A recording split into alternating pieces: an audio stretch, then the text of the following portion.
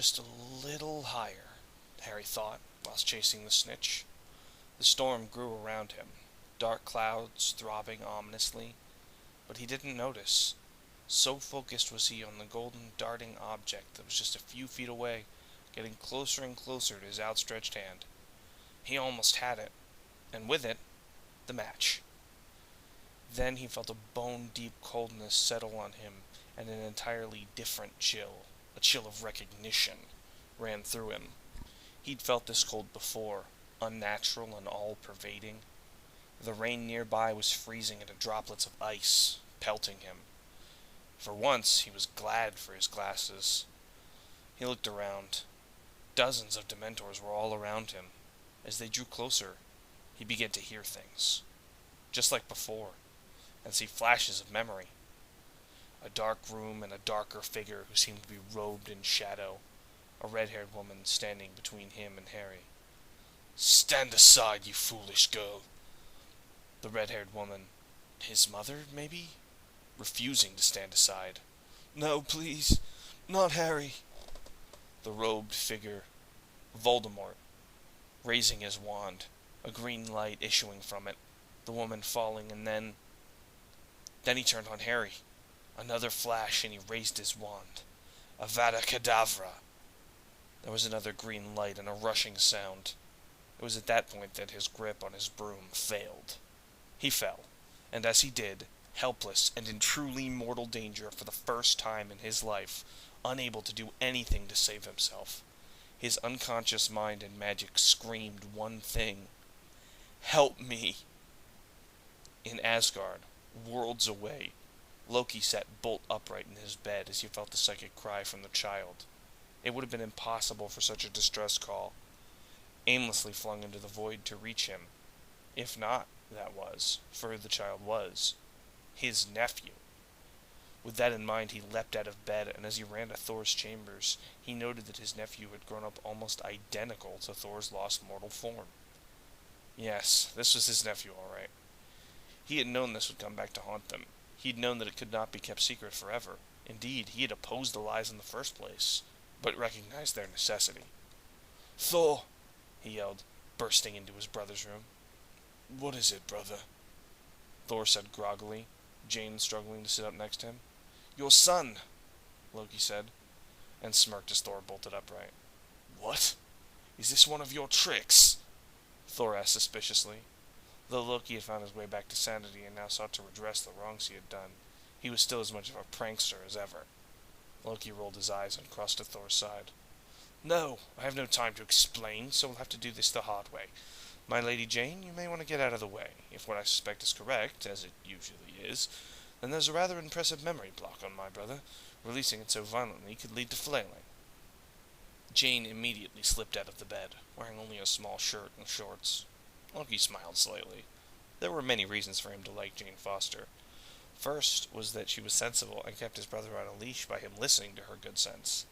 Second was that she was very attractive, and third was that she didn't ask stupid questions in emergencies, or, indeed, at all. Loki pressed his hands to his brother's temples, then began muttering spells, smashing through Odin's magics that had been placed on Thor's mind. One small blessing was that they had sacrificed in strength to maintain subtlety. Suddenly, Thor's eyes went wide. He spasmed several times and scrambled out of bed, grabbing Mjolnir. "What is wrong with my son?" he demanded, armor forming. "Your son? Thor, what is going on?" Jane asked, frowning. Thor opened his mouth, before Loki cut across him. "Thor, your son is being chased by Dementors. I'll explain. You would only make it worse. Now go!" Thor nodded, eyes wide with terror, and raced out of the room. "Now, Jane," Loki said, sitting down on Thor's bed, "you'd best join me in sitting down, and I shall explain some things about Thor's past when he was rendered human before, when he was rendered into a man called James Potter, and it is not a short tale." Jane, confused, sat and listened. It wasn't like there was anything else to do. As it turned out, the full story could be neatly summarized as Odin's first attempt to teach Thor humility by incarnating him as a human baby without any of his memories blocked, or his powers removed, as Thor, and basically give him a second chance. before a planned reintegration of the two sets of memories, leaving Thor with a new and improved outlook on life and, conveniently, a wife and son. Unfortunately, Thor's mortal self had been murdered by a Dark Lord called Voldemort, because Thor, being eternally possessed of a hero complex, and his wife were part of a resistance movement, and their son was prophesied to defeat the Dark Lord. For Jane's part, she thought it sounded vaguely like the intro to a fairly average fantasy novel, but considering that she was dating a key member of the Norse pantheon and currently staying in his home dimension, it made a sort of sense. So, James tended to act like a combination of you and Thor because of his unconscious memories, and Odin wiped Thor's memory to stop him from going mad with grief and smiting most of Britain?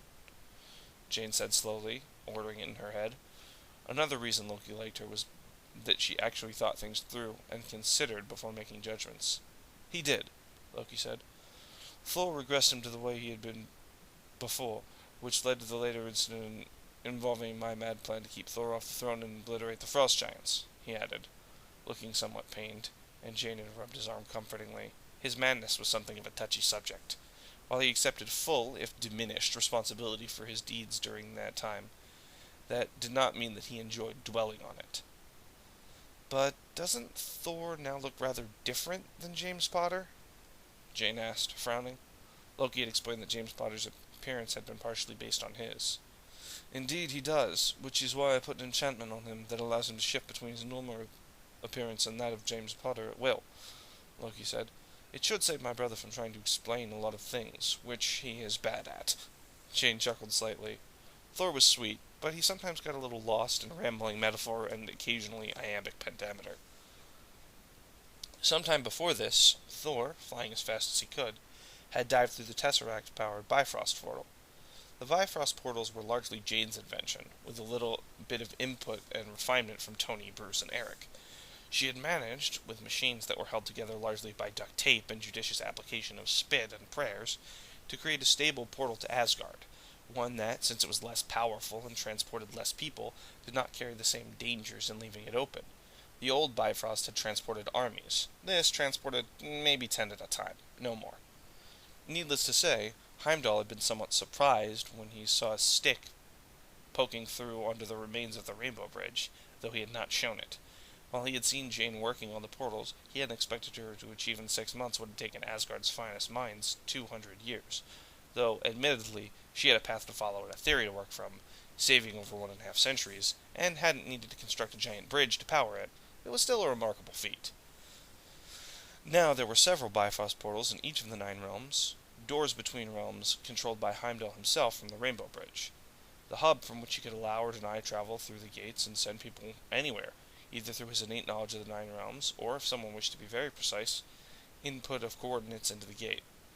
Thor, while immensely proud of his lover's achievements, was not in the mood to dwell on the particulars, relying on the machine's magical origins to read his mind and direct him to the correct destination.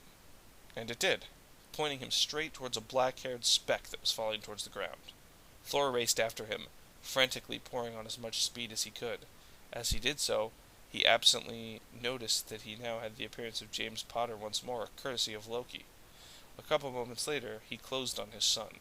They were only 100 feet from the ground, and falling so fast, he would have to time this perfectly.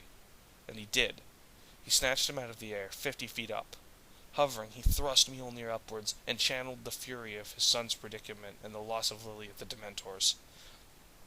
There was a warning rumble, then a blinding flash, as hundreds of bolts of lightning struck the Dementors, causing them to let out unearthly howls and forcing them to flee. He glared after them. They could be dealt with later. What was more important right now was his son, who was lying unconscious in his arms as they both descended to the ground.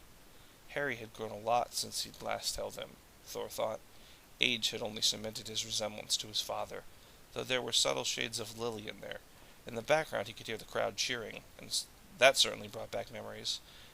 And the commentator was saying, "And Harry Potter has been caught in mid-air by someone who I am told vastly resembles his father, James Potter, and who's flying without a broom, and summoning lightning bolts. This is officially the weirdest Quidditch match I have ever seen." "James?" whispered Professor McGonagall. "Hello, Professor," Thor said, grinning and letting his memories of James Potter take over. How? Dumbledore asked, looking half relieved, half suspicious. Thor really couldn't blame him, so he lowered his defenses and said, Take a look. Dumbledore was a master Legilimens, and as such, he didn't dive straight in. Instead, he carefully probed, sifting through the upper layers of Thor's mind, always on the lookout for a trap. Once he was satisfied there was none, he began to investigate in earnest. First, he examined Thor's memories of being James as closely as possible, checking for even the smallest sign of fakery. Second, he did the same, but with less close examination, to Thor's ordinary memories. Third, and finally, he inspected the connection between, making sure the memories of James had not been grafted on. As he discovered, they had merely been unearthed, unlocked from behind a vault door in his mind. While all of this took place at the speed of thought, it still took over 5 minutes, and though it took Thor some considerable effort of will, he did not move. Dumbledore nodded slowly. He is who he says he is, he said, voice effortlessly reaching the whole stadium, though it is remarkable. Indeed, the Wizarding World knew me as James Potter, Thor replied, letting his normal appearance shine through. The mortal world and the rest of the 9 realms know me as Thor Odinson, the god of thunder and one of the Avengers. Good God, McGonagall said faintly. You cold? Thor asked, grinning, and McGonagall rolled her eyes. Definitely James, she murmured. I think James. Do you prefer James or Thor? Dumbledore asked. Stick with James, Thor said, switching back to his James Potter face. Very well, James. I think we need to talk. Inside, though I would be grateful if you could stop this storm. Thor looked up at the storm and whirled his hammer once.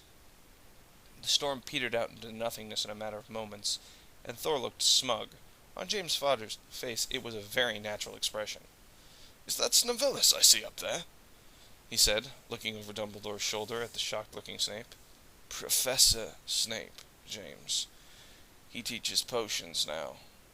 Dumbledore said with a sigh. Your son is almost as bad. He just calls him Snape. Thor looked down at his unconscious son. He has potential, he said solemnly. Now I think we should go inside. As he said that, the Hufflepuff Seeker flew down and landed beside them, snitch in his hand. I'm sorry, I didn't see the Dementors, he gabbled in a rush. It wasn't fair. We should replay the match, Professor. I'm sorry, Mr. Diggory, but once the snitch is caught, the match is over, Dumbledore said. The young man sagged, then sighed. Oh, well. Then he turned to Thor. Mr. Potter, my father spoke very well of you, he said, remarkably calm about seeing someone who was supposed to have been dead for the last 12 years. This was possibly because Dumbledore had vouched for him in a very loud and definite way, and the Wizarding World had long taken Dumbledore's word as gospel. Or he was just deciding that it would be much easier to just go with it. As he spoke, he held out the snitch, which Thor took. You're Amos Diggory's son, aren't you? He said. The very same, Mr. Potter. I'm Cedric, Cedric said. Give this to Harry when he wakes up. It's his by all rights. Thor looked at him and smiled. Your father's a good man, and so are you. But I think there's every chance you would have caught the snitch yourself. Even if you hadn't, you flew through one of the nastiest storms I've seen for a while, and believe me when I say I know storms. McGonagall snorted as Thor handed the snitch back, placing it in Cedric's palm and folding Cedric's fingers over it. The Hufflepuff blinked in surprise and nodded with a smile. Thank you, Mr. Potter. When Harry woke up, Ron and Hermione were at his bedside, and so was the entire Gryffindor Quidditch team, including a bedraggled-looking Oliver Wood. Hey guys, he said. What did I miss? Hey, Harry, the group chorused, then turned as one to Hermione, who looked a little nervous. Harry, we have some good news and some bad news. The bad news is that after you fell off your broom, it hit the Whomping Willow. I'm sorry, Hermione said, unrolling the bundles that she had been carrying. And the good news? Harry asked, holding back tears. The Nimbus had been part of him. It had been his most prized possession, valued above everything else he owned save his wand and Hedwig. What do you remember? Hermione asked. Harry sighed. I remember the Dementors. I remember falling off my broom, and then someone with dark hair and brown eyes catching me. not sure if that was real, though. Then nothing. The dark-haired man was real, Harry. He is... Well, there's no easy way to say this. He's your father, Harry, and his real name is Thor, Hermione said slowly. Harry blinked, then blinked again. I'm going to wake up in a minute, find myself in my bed in Gryffindor Tower, and dismiss this as a really weird dream or some kind of illusion, Harry said in a leaden voice. I would be most disappointed to find out that I was an illusion and unaware of it, since I am a master of illusions, a tall, dark-haired man said, walking into Harry's field of vision and sounding amused. He looked rather, but not exactly, like pictures Harry had seen of James, almost like he was a brother. More to the point, however, he'd seen him on television and in the newspapers. It couldn't be. Hello, Harry. I'm your Uncle Loki. It was. Everyone's jaw dropped. And Fred and George dropped to their knees. The Norse god of mischief, Fred said, sounding odd. Pranks, George added. Magic, Fred said. And chaos, George said. Teach us, we beg of you, O master. Both finished at exactly the same time. Loki looked rather pleased. Oh, get up, you two. I don't need a basement, he said, smiling in a somewhat self-deprecating fashion. As for your request, well, it has been rather some time since I took on an apprentice, and I would rather like to teach my nephew. Nevertheless, I have had as many as 4 apprentices before, even if Thor mostly taught Godric, Loki said, mulling it over. Then he nodded decisively. I suppose I could teach you both. I feel the talent for mischief is strong in you. It matches that of James Potter and his friends, and they were the strongest I've seen in centuries. Fred and George looked like they were about to pass out from joy. Thank you, master, they said, bowing. Please, just call me Loki. That goes for all of you, except for Harry, who, if he so wishes, may call me Uncle, Loki said. Assuming this is real, I'd like that, Uncle, Harry said, mind a whirl. Excellent, nephew, Loki said, beaming. Now I'd better go fetch your father, as far as I can tell. He stopped trying to smite Dumbledore for leaving you with the Dursleys, and now Dumbledore's trying to prevent him from smiting the Dursleys. I'm not sure how successful this is going to be, but it should be fun to watch either way. As he turned to go, Hermione looked like she'd had an idea. Wait, Mr. Loki, I've got an idea. She turned to Harry. You said that the Dursleys care about their reputation as a normal, well-off, and well-to-do family? Harry nodded. She turned to Loki. And Thor's one of the Avengers, right? Loki nodded, then began to grin as he caught on. I'm sure Tony Stark could manage to destroy them, or if he couldn't, S.H.I.E.L.D. could, without leaving a single mark, Hermione said, grinning. Everyone in the room was looking at her with mingled fear, awe, and in case of Loki, pride. Oh, I like this one, he said with a smirk. You have a remarkably sharp mind, Miss Granger. Hermione Granger? Hermione replied. Miss Granger, you can consider yourself my 4th apprentice. Stark would do it for Thor, or indeed even for the fun of it, Loki said, turning to go. Hermione looked like she was about to pass out. It was not every day one got offered an apprenticeship with the Asgardian god of magic. Ron suddenly looked puzzled as Loki left. Did he say one of his former apprentices was called Godric, and that he had 4? Ron asked. Everyone's jaw dropped even further as this sunk in, except Harry, who looked blank and lay back down. Harry, are you all right? Hermione, I've just discovered that not only is my father alive, but he's also the Norse god of thunder and a superhero, and my uncle is a redeemed supervillain and the North trickster god who taught the founders, and he has now taken myself, Fred, George, and you on as his apprentices. I'm having a little trouble taking it all in, Harry said flatly. Your dad's a great guy, Ron said.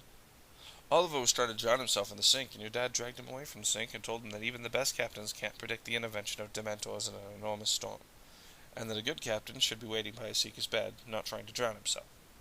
Oliver nodded. He was pretty emphatic on that part. Can you just tell me what happened before I got here? Harry interjected. Well, Hermione said, Dementors were flying up into the storm, towards you, and suddenly you fell, and then the sky darkened, and the storm got even bigger as something, your father, shot towards you. I've never seen anyone fly so fast. Ron said in awe. Not even a firebolt could have kept up. Yes, Ron, Hermione said, slightly irritated at being interrupted. Anyway, he caught you maybe 100 feet off the ground and hovered, and then he raised his hammer and lightning struck the Dementors, all of them at once. After that, he landed, talked to Professor Dumbledore, Professor McGonagall, and the Hufflepuff Seeker, and took you inside of the hospital wing. Harry nodded slowly, processing all of this. So, where is he now? The headmaster's office. Loki strode towards the headmaster's office. The gargoyle looked at him, realized who he was, and moved respectfully out of the way. It had been there since Hogwarts had first been built, and recognized the god of magic on sight. "Thank you," Loki said politely as he reached the moving spiral staircase. "Not a problem," was the literally gravelly reply. As the stairs carried him up, he heard Thor loudly saying that he would beat the Dursleys to a pulp and feed them to Fenris after tying them up with their own intestines. "Brother," Loki said, "calm down." "Loki?" Thor said in surprise, still wearing his James Potter face. "Jane is fine. She's a little unbalanced by it all, but she's dealing with it," Loki said. "Jane?" Albus asked. "Jane Foster, she's..." Thor began. "An astrophysicist, creator of the Forster theory, and the chief mind behind the new Bifrost," Albus said. "I have heard of her. She's a remarkable young woman. I take it that sometime after Lily's death and your father's memory charm, you fell in love once more." "Yes," Thor said. "I did, and I am confused." "Tell us something new," Loki murmured dryly, and Albus's lips twitched. "This is serious, brother," Thor said, and a quiet, steely tone caught Loki's immediate attention. "It hurts. For me, it's only a couple of days since I lost my beloved wife, and now I love another woman. My feelings are genuine, but..." Thor's face crumpled. "I don't know what to do, what to think, what to say. It hurts," he said in a small, childlike voice. Loki sat down beside him and hugged him. As James Potter, Thor and Loki were of a size, Loki being slightly larger. "I know, brother," Loki said gently. "It's not wrong for you to feel this way. In fact, I'd be astonished and somewhat worried if you did not." "That's comforting," Thor said dryly. "Your son is awake, by the way, and adjusting to having his father back. I've taken him, a friend of his called Hermione Granger, and a pair of red-headed twins on as apprentices. The twins have a palpable talent for mischief, and Miss Granger shows potential," Loki said. "I must confess that I am a little surprised you would consider Miss Granger as a potential mischief maker. She is remarkably clever, but rather fond of rules, within reason." "She has also suggested a fitting punishment for Harry's erstwhile guardians," Loki said. "Harry said they are rather fond of their reputations as a prosperous, normal, well-to-do family, and if someone went out of their way to add their dirty laundry to the world..." He trailed off as Thor grinned a truly wicked grin that was pure James Potter. "Tony, of course," he said in a predatory voice. "My son has chosen good friends." "There is another thing," Dumbledore said quietly. "Sirius Black has escaped Azkaban. We believe he's after Harry." "Sirius?" Thor said, puzzled. "Why would he be in Azkaban?" "He betrayed you and Lily, James," Dumbledore said, some confusion in his own voice. "Peter went to confront him, but against Sirius he didn't stand a chance. Sirius blew up the street, and Peter with it." Thor stared at him in shock. "I am sorry, James. Peter received the Order of Merlin First Class posthumously." "Peter was our secret keeper," Thor said flatly, stopping Dumbledore dead. "I'm sorry?" Dumbledore said in puzzlement. "Peter was our secret keeper. We knew that everyone would assume it was Sirius, so we picked Peter, and the little rat betrayed us!" Thor roared. "Did Sirius even get a trial?" He snarled. "I believe he did," Dumbledore said, frowning. "The days after Lily and your death were rather fraught. I barely had any time to think about Sirius. I always assumed Bartimaeus gave him a trial." "Well, obviously he didn't," Thor snarled. "If I see Crouch, I'm gonna kill him." He looked over at Loki. "Brother, I need one of your tracking spells immediately." Suddenly, the office door opened and Lupin walked in. "You wanted to see me, Professor Dumbledore?" he asked. Dumbledore had called him by flu where he'd been on business. He'd been rather annoyed that said business was causing him to miss his friend's son's Quidditch match, but something couldn't be helped. He stopped. "James?" His eyes widened and then narrowed. It couldn't be James. James was dead. His wand blurred. Who dares use that face? He snarled. Oh, put the wand down, Moony, before I tell Professor Dumbledore what you were doing with Marlene McKinnon in the closet on the 5th floor, Christmas 6th year. The man who looked like James replied. Remus' eyes widened again. What were you going to call your first girl? He asked quietly. Eleanor. James replied equally quietly. Where have you been? He demanded. James' body shifted. Instead of a lean, dark-haired, hazel-eyed James Potter, a tall, powerfully muscular man with hair that flowed to his shoulders and bright blue eyes stood before him. My birth name is Thor Odinson. A voice that was slightly different, maybe slightly more formal lilt, an indefinable accent, said, I was incarnated on Earth as James Potter to teach me humility, a memoryless child born to loving parents. Father has always looked after us both, even when punishing us, Thor said, a wry smile looking at Loki, who affectionately rolled his eyes. I lived my life. I met you, Sirius, and Peter. I had friends. I loved Lily. I loved Harry. And when Voldemort killed me, my spirit, with full knowledge of who and what I was, could do nothing but watch in horror as my wife died. When I woke up in Asgard, I went mad with grief. Father removed my memories. I reverted to how I had been before I was born as James Potter.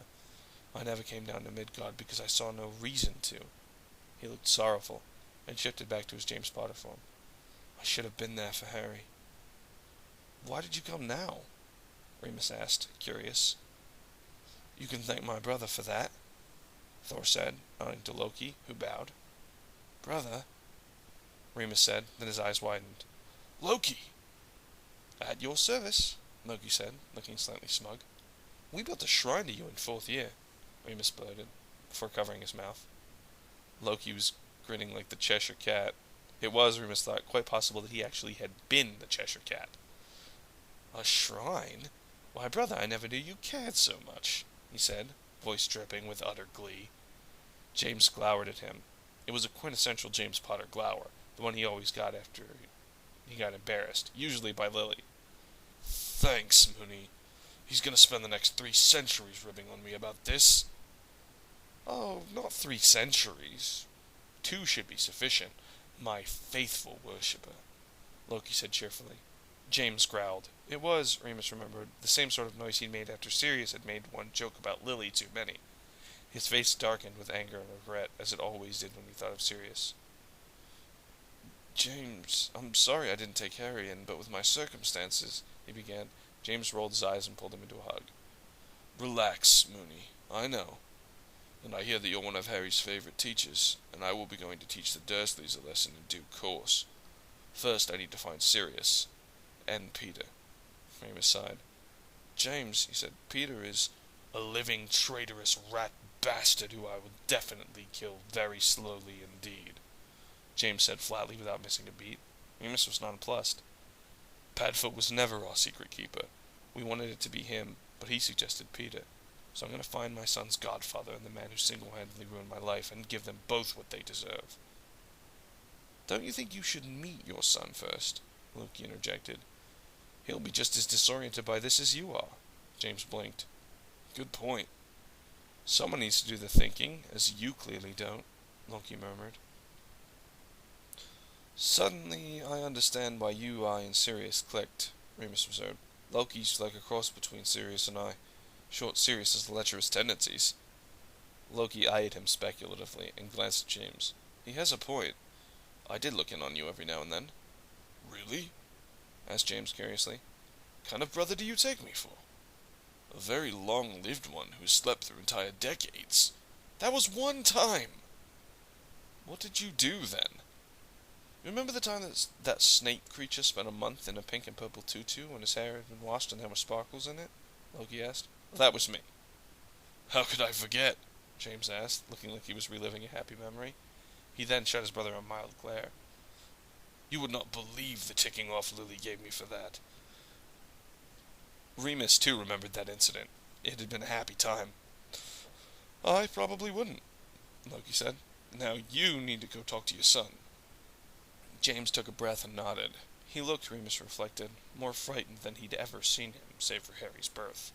And that particular incident might have had more to do with Lily's blood-curdling screams mid-labor and her inventive threats, mostly based on horrible things done to James's testicles if he ever touched her again, than with anything else.